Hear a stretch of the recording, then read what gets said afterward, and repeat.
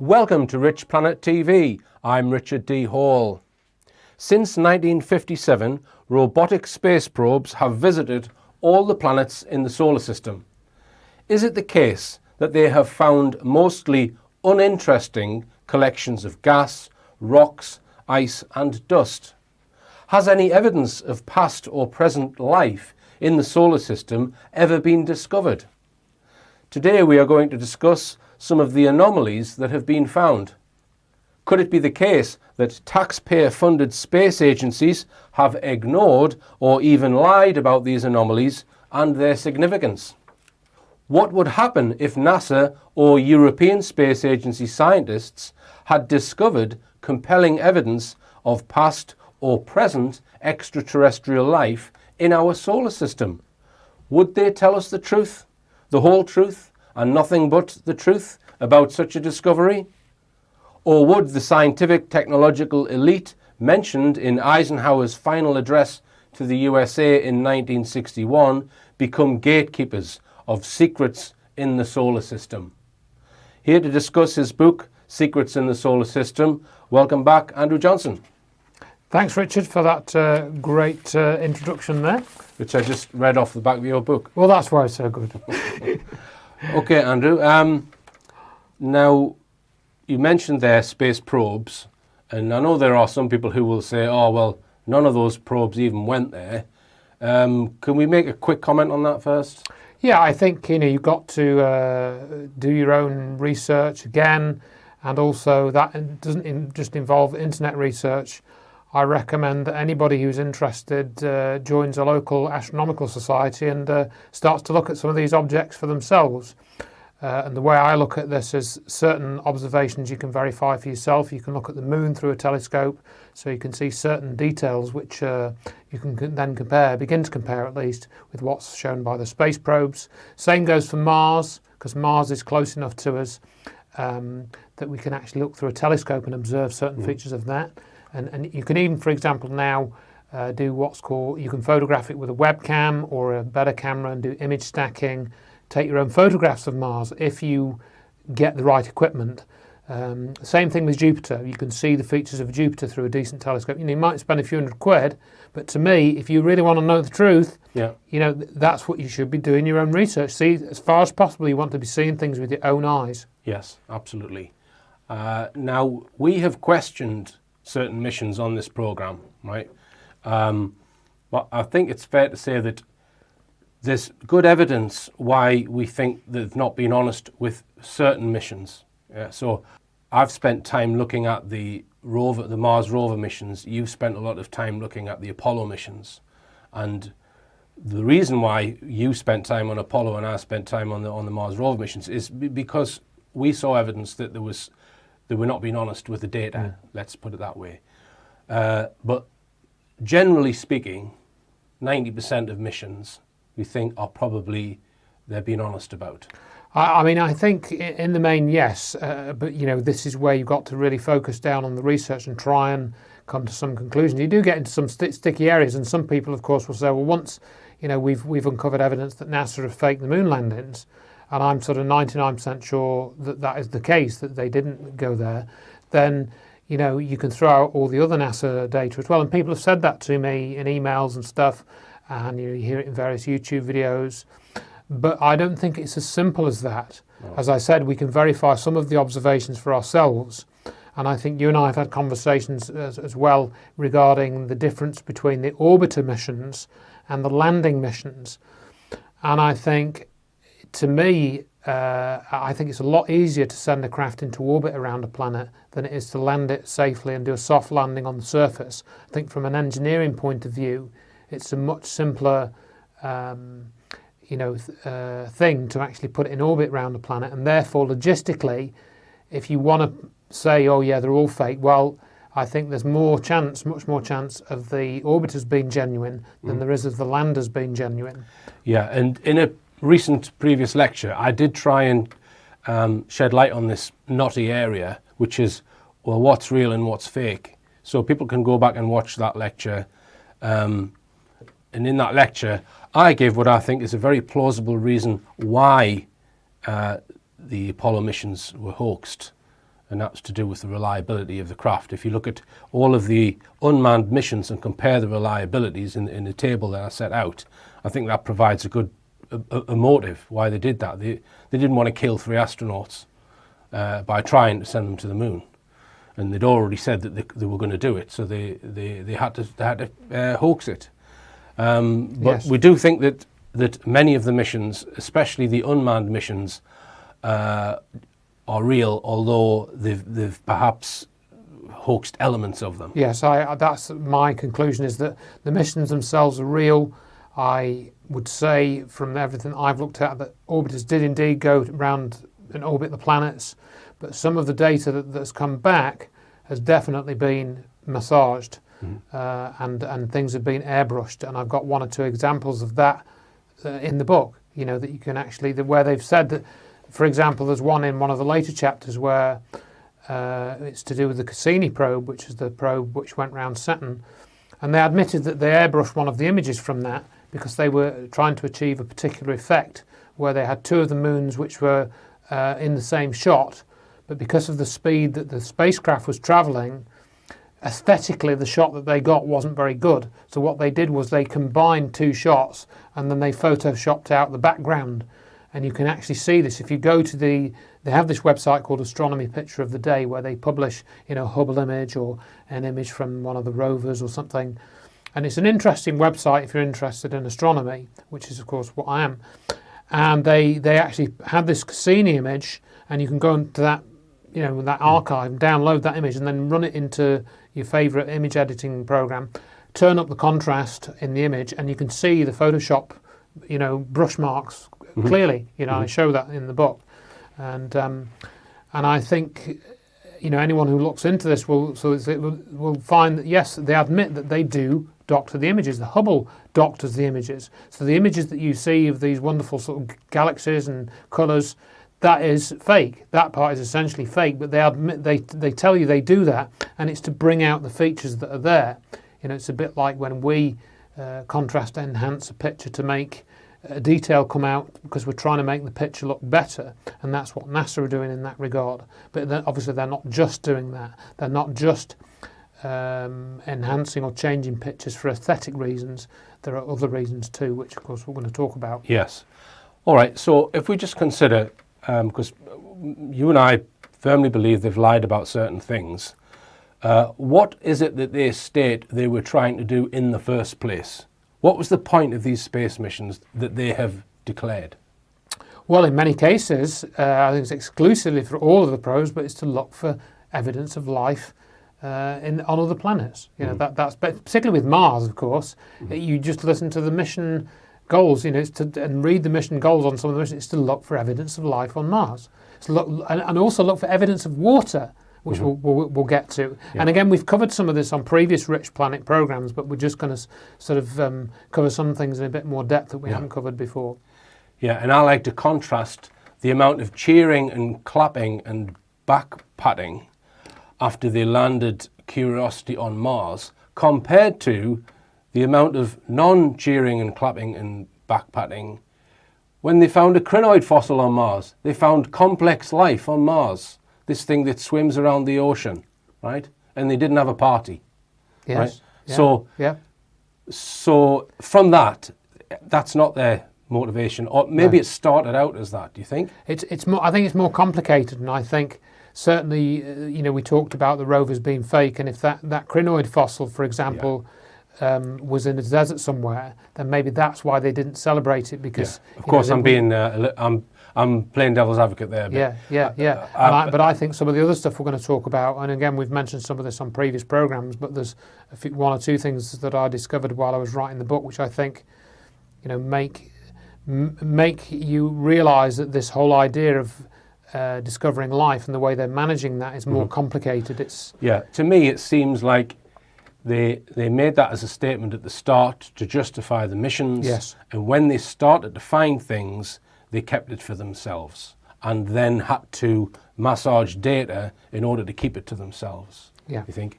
Yeah. All right, then, so you mentioned orbiters, and you believe that all of the planets and some of the moons have had orbiters successfully launched, Yes. and are in orbit today around various... Many of them, yeah, that have still got power, yes, yeah. So we'll talk about the lunar orbiters first. Yes. And we're going to look at some images.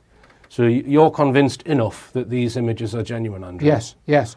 And I mean, some of them, you can actually pick up with a good Earth-based telescope. And I think we had, I think the first on the list was the Aristarchus crater, wasn't it? Yes, the Aristarchus crater. So the Aristarchus crater, on the face of it, looks fairly straightforward as a crater. It is a round crater, but it does have an unusual bottom on it, and there are some other unusual features. And why I particularly found this interesting as well is that if you look at some of the historical records and you look into what are called TLP, transient lunar phenomena, there's a whole report by NASA which was done in, I think, 1967, and they actually catalogued a whole range of these lunar phenomena which they were looking at through history, and Patrick Moore contributed to this report. And the NASA catalogue, it lists 579 observations from the period 1540 to 1967 of unusual things that have been seen on the moon or near the moon or coming up out of craters. You know, clouds of gas, small white cloud, a nebulous appearance, a white spot that was only there for a period of time. William Herschel had described seeing volcanoes in 1787, and quite a number of these anomalies are actually in the Aristarchus crater. Now, these, of course, are people that have reported these with a telescope, not with space probes, hundreds of years ago. So, what's going on in the Aristarchus crater? Is it still some type of active volcano of some kind, or is it, some type of entrance into the moon? Because some people think that the moon is a giant spaceship, and John Lear says there's bases there and so forth. I don't know about that much, but certainly the Aristarchus crater has enough that's been reported about it over the years that it doesn't seem to me, if you study that it's just a cold, dead world with nothing going on. So if you're going to make some observations, Andrew, and video them with a telescope, you think that would be a good... The Aristarchus might be a good place to look at if you've got the patience to do it, but I mean, you might be doing this for months and months and months, and people, I'm sure, will write in and say, oh, have you seen the Crow 777 videos of the moon? That's one thing I didn't really put in the book, but he's done that. He's done just what you suggest, that he's got a telescope hooked up to a high-resolution video camera, and he's run it for weeks and weeks, and he does lots of YouTube videos, and he has picked up some interesting stuff. I don't know about transient lunar phenomena, but he's definitely picked up a couple of UFOs going across the surface of the moon. But whether they're as far away as the moon, because the moon's a long way off, it's 250-odd thousand miles. So any object that you pick up in a telescope, 250,000 miles away, it's going to be pretty big, isn't it? Yeah. So, so the Crow 777 objects, I think, may be a bit closer to the Earth than what we're seeing on the moon. But yeah, Aristarchus crater, if you've got a telescope and you want to do a time-lapse photography of it or something, you never know, you might pick up some interesting things. All right, you mentioned theories of the moon being hollow. There's a book, Who Built the Moon? What's your opinion on those theories? Well, my opinion basically is I don't know. I don't know whether the moon is a constructed object or whether it is just a natural object, or maybe it was hollowed out by some civilization and it just looks like a moon. Certainly, the observations that are made that in relation to the size of the parent planet, the moon is the biggest. I think it's one of the biggest in the solar system. It's only comparable with Pluto in terms of the percentage that the size of the satellite is to the main body. Mm-hmm. Pluto has a very big satellite as well, but the Earth, I think, is the second in terms of the proportion of sizes of the satellite to the main body. So that's unusual. The other thing, of course, that comes up is eclipses, where people say, well, isn't it a coincidence that the moon is 400 times smaller than the sun, but it's 400 times nearer?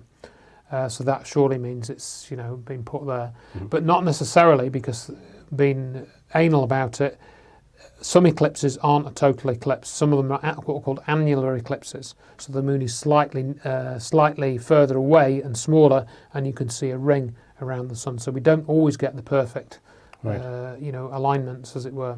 Right. So a summary of that really is, I don't know whether the moon is a constructed thing. I haven't ruled it out. I just haven't seen anything what I would call slam dunk evidence myself. Right. And just to pick up a point on craters, this is something which Adrian Gilbert mentioned when we were discussing Electric Universe. And when it dawns on you, you think, why didn't I think of that? And that is that all of the craters are almost circular. They're very close to perfect circles. And if things that are crashing into it are crashing into the moon randomly, then the chances of getting a perfectly circular crater are very small. They should be mostly elliptical, glancing off, all right?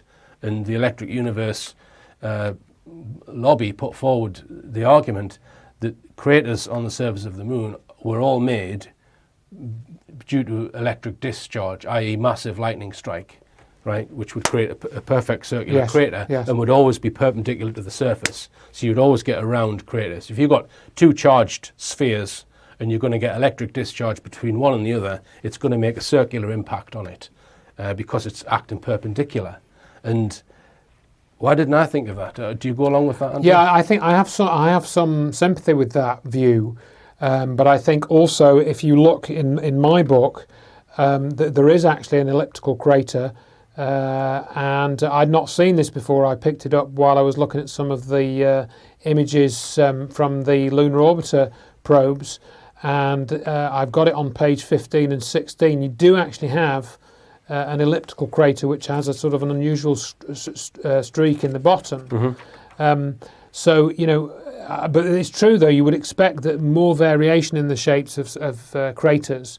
But I think if you say that all craters were formed by electrical discharge, then we do know that rocks from space hit the moon. But that was observed, I think, in the 12th century, the formation of a new crater. And we've seen it. We've seen rocks come to. We've got meteor crater on the Earth, for example, in Arizona, and that appears to be an impact crater. So I think it's more. We can't just say it's one thing or the other necessarily. I think we've got. So there might be a number of circular craters that are due to electric discharge rather than an actual physical body. Yes, potentially. Yeah.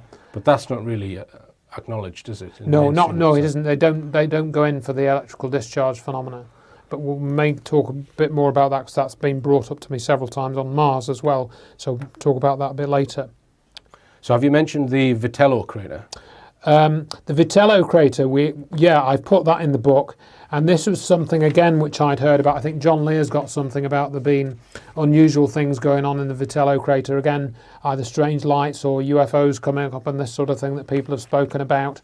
And I've got a picture of this again from one of the 1960s lunar orbiter probes. And again, you can get this book free. It's PDF download is free, or you can get it from Richplanet as a paperback.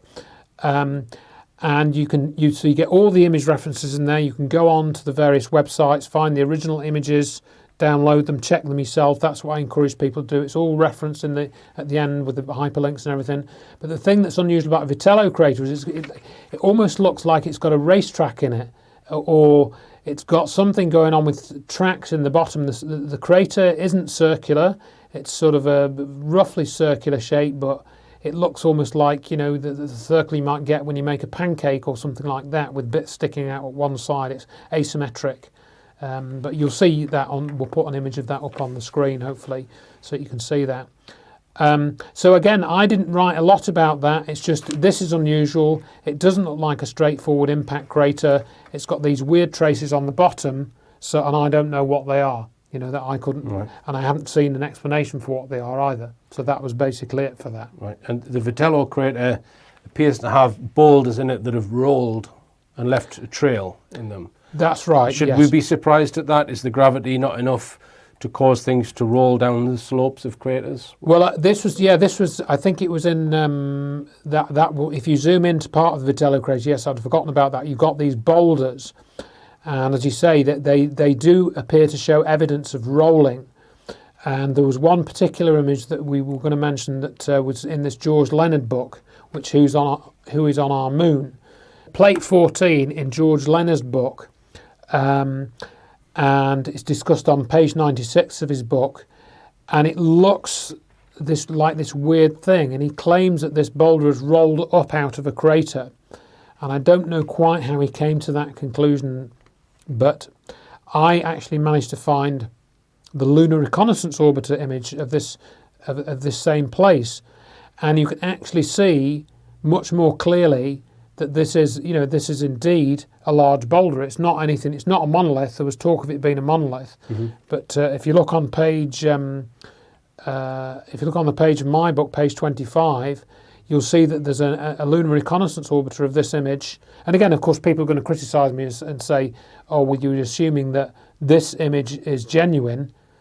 And the one that they took of the Apollo landing site is doctored, and I'm saying yes, I do conclude that for the reasons that we've discussed before. But this very clearly looks like a rock, and it matches the George Leonard image. And then I discovered in the same area you can see just exactly what looked like boulders rolling down a slope. And these are higher resolution images from the Lunar Reconnaissance Orbiter, which were captured, I think, in 2009 onwards, basically. Right. So you think he's wrong? You don't think it's rolling up a slope? No, I think it's just, it is what the official explanation, I think in this case, is correct. That these boulders rolling down a slope, and I think if you look at the images and look at several of them as I did, explore, spend your time, spend half an hour looking at the images, I think you'll probably agree with me. Right. And what about the Blair cuspids?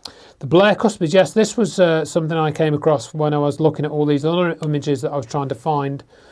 And these were discovered in I think 1966. And it was a lunar orbiter image, and this lunar orbiter was obviously sent up with a view to looking at landing sites for the supposed manned missions. But William Blair of Boeing Institute of Biotechnology, he actually saw these on one of the pictures. He was looking at them or seen them published, and they seem to form, again we'll put the picture up, like an L shape, you call it an L shape but turned on its side. And there were three bright spots, 3 bright points, as if they'd been placed to show an L shape. And it does look very peculiar because all around this, you've got this random field of impact craters, small, different sizes. But then in the midst of that, you've got this seeming alignment of four boulders. And then somebody else had done a further analysis claiming that there's geometry, so they're aligned geometrically. And if you line them up with other points, there's 3 or 4 other points on the surface, they form equilateral triangles or triangles with particular angles in them. And you can see that, I've highlighted that in the book. And there was quite a good analysis of this, and I can't remember the name of the guy that did it that I came across, but it's in the book. So what he's doing, he's using geometric mathematical techniques to check for artificiality. Yeah. He was looking to see what angles there were between, if you drew lines between these points on the surface, again, were there any geometrically significant angles or alignments? And we got some higher resolution images in 2017 from Lunar Reconnaissance Orbiter. But then I was able to find the highest resolution one in a different place, because there's various places that these images are kept. And if you look at the very highest resolution one that's available, you can actually see, if you zoom into it, that the the alignment in an L is not quite, it's not quite there. Right. And you can see that they do look like rocks. I think I zoomed in on one of them, and it looks like a bit you can actually see a bit that's broken off it. And there does seem to be an alignment between 3 of the boulders, kind of. Right. But when you look at it in higher resolution, it seems to me less significant. It's certainly not a perfect alignment. Right. It's just maybe a sort of close alignment. And you wouldn't be able to see any of that through a telescope then? No, this is you need to be very close to see this, because these things, we're talking like hundreds of meters between these objects, and with a telescope you're talking like miles and miles and miles, between the objects that you can see on the surface. All right. What about the Ukert crater? What's significant about that? Yeah, so the Ukert crater, this, again, just look at it. It's very unusual. It's not circular. It's the Clementine image, which was this military probe, is pretty useless. The one they've published. There is an LRO lunar reconnaissance orbiter image, and that's much clearer. And it's a vaguely triangular shape, not terribly triangular. I don't know, you almost might describe it as getting towards a sort of heart shape, and then it's got this little nodule on the top, the north end of it, as it is here. And how can you get an image from a Greek observatory which is far better than the Clementine probe which went there? That's right. This is the thing. This was extremely strange, and I looked at that Clementine probe image, and it was all darkened off, and you couldn't see much of it.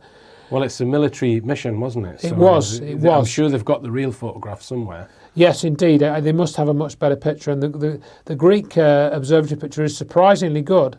And I don't think it's a good telescope, but it's not the best. I think this Greek observatory is not. I forget the size of the telescope, but you can go and look it up. But yeah, it's basically a triangular-looking crater. I haven't really studied it more than that. It doesn't look like an impact crater. Is it remnants of an ancient civilization? I don't know. All I'm saying in the book is this is something to look at. You can easily find this image if you want, and it doesn't look like an impact crater to me. And I haven't seen what their explanation is for how it was formed. Right. And is there any explanation of how you can get a hexagonal crater? Well, that's it. This is another one. I came across this a few years ago. Are you certain that this hexagonal one is sunken? It looks like it could be raised. I'm not certain, actually, Richard, to be quite honest with you. When I looked at it just from a perspective, I assumed it was sunken. And I think it is called, I forget if they give it a name. But there was this particular one was unusual because I spent quite a bit of time. They've got this catalogued on a Lunar Reconnaissance Orbiter 3 image from the 60s. LO3143-H3A is the image number. But that seemingly can only be found on one page. It is a space website. It's not a hobbyist website. It's not a blog. It's one of the official space websites. But that looks to me like it could be raised rather than just the way you look at it. Let people email us. What do they think? Does that look like a crater, or does it look like a mound? It could be a mound. And if anybody's got any more information on it, I'd be grateful to have it, because I spent quite a bit of time looking for what I couldn't find. When I went to the latitude and longitude, which is given for this image, which is latitude 3.3, longitude minus 22.5, that was what was given on the image from the 60s. When I went looking for that on Lunar Reconnaissance Orbiter, because they've got the whole of the moon mapped by Lunar Reconnaissance Orbiter, you can basically type in the latitude and longitude and go there, zoom in. This wasn't there. I couldn't see it anywhere. So is that a cover-up? I don't know, but I couldn't find it. If anyone could find, more information on this, I'd be very interested to hear it. Interesting. Right, we'll move on to the Chandrayaan anomaly. Chandrayaan anomaly, indeed. That's kind of a similar story to the last one, actually. And you look at it, and I saw this as a mound. It looked like a mound to me of some kind, and it's sort of fairly indistinct. We've only got part of it. We've only got the sort of right-hand side of it. It's got a bit chopped off. Very difficult to say what it is. Again, if you look at the crater field around it, this is incongruous with that. It looks different to what's around it significantly, and it's not like a giant range of hills. It's just like a mound of some kind. But when I found this image, I think back in 2008, 2009, I came across it on a blog, and there was a link to the Indian Space Agency website, which is because, believe it or not, people that didn't know this, the Indians have sent up a probe to the moon. They called it, I think it was Chandrayaan was the name of the probe. Right. And this went up. This image was posted in 2008 originally. And that was in the early part of that mission. 16th November 2008 was when this was posted.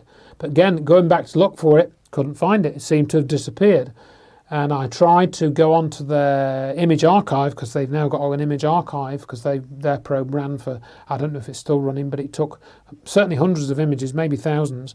They went into an archive, and now you've got to get a login. The login is free, but to go through all the image catalogue, you know, you had to get a login and mess around with it, and it used this Java program and downloaded Java to your computer, and it's a real pain. You couldn't just click on a link and get it like the LRO one. It was really painful. So I couldn't find any further images of this Chandrayaan anomaly, this sort of mound or whatever it was. I did find... Maybe they didn't tell the Indians they were covering that one up. Maybe not, you know, maybe not. And I did have a good look for this. I did find a lunar reconnaissance orbiter of the same area, but it appears that because of the way the lunar reconnaissance orbiter orbits, it's got a very oblique angle. You can sort of more or less recognise it as the same mound, but it's from an oblique angle, so it's not a very good quality image. It's low resolution, and so you can't really tell what's going on. It's barely discernible, as I've written in the book. So is that a structure? Maybe. Is it just some strange type of hill? Right. Maybe. Now, there are people who claim that there are buildings, there are tanks, there are glass shards that are miles high, and there's a huge smashed glassed dome on the moon. Can you give us your opinion on those, Andrew? Yes, this has mainly come from Richard Hoagland. I think there's one or two other people that have supported him in that. And he's gone on to claim, for example, that part of the reason why they mind controlled the astronauts was that they'd seen all these artifacts on the moon, you know, alien artifacts potentially, or buildings. And he claims that Edgar Mitchell was looking up at this partly shattered glass dome on the moon, and that's why, you know, he had to come out with all these stories about he couldn't remember what it felt like to walk on the moon and stuff. But I've looked at the pictures. There's one picture of this so-called shard, which even Hoagland admits is, you know, it's highly zoomed in, contrast enhanced, tweaked, sharpened, all the rest of it. And you see like this star in it. I can't remember if I've reproduced this in the book, but basically my conclusion, I couldn't see any evidence of glass domes. I couldn't see any evidence of this shard that Hoagland talks about. And I think we need to draw a distinction between surface images that have been taken by Apollo missions, which you would say are studio images, and orbiter images. So, Absolutely. So we need to say which is which. That's right. Because you believe they're taken from different places. Yes, I mean, to me, the Apollo mission images are from a studio, or that even if they, you know, there's two different things. Not only did they not land on the moon, they didn't orbit the moon with men. You know, I'm quite happy that they got unmanned probes to go around the moon and photograph the dark side and everything, but I can't see how they would have managed to get men to or even orbit the moon. So Apollo 10, that never orbited the moon. That was stayed in low Earth orbit. So any image that you see, say taken from Apollo 8 or taken from Apollo 10 or whatever, I wouldn't accept those myself as legitimate images. Right. Apollo 8 onwards, I'd say any images from those of the moon, forget it. So do you think it's possible that someone is using Hoagland to explain away telling signs of a studio set as far out claims that no one would ever believe? Yeah, I think that's probably how it's worked. There's this other guy called Ken Johnston who has worked with Hoagland, and he claims to be a NASA whistleblower, and he also claims to have got high resolution images from NASA's archives because he worked there for a period of time. And he's backed up Hoagland on this talk of the shard and stuff. And I basically, he contacted me on Facebook. This was about 6 months ago, and he said, "Oh, I'm doing a podcast on these lunar anomalies, you know." And I said, and he sent me a link, and I said, "Those are all Apollo images, you know. That I don't agree that they're authentic." Right. And he just didn't even respond. Right. He didn't try and persuade me. He didn't argue with me. You know, I just thought it was really strange that he would contact me. Right. You know. And you know, we have covered Apollo quite a lot on Richplanet, so people can look at these other programs if they want to look at any evidence of what you're saying. Absolutely. What about colours, Andrew? Because some people say that the colour of the moon changes, and do we see the correct colour reflected by the sun? Is it, or yeah, I mean, obviously, when you're seeing it with your own eyes, you know, the only real influence you have on the colour is the amount of the atmosphere that you're looking through. So in other words, if you're seeing the moon when it's low in the sky, you're looking through more of the atmosphere. So it hasn't. So if you're looking at the moon from the Earth and it's low in the sky, when you're looking at it from the Earth and you're looking towards the horizon, you know by experience it tends to be more orangey. in colour.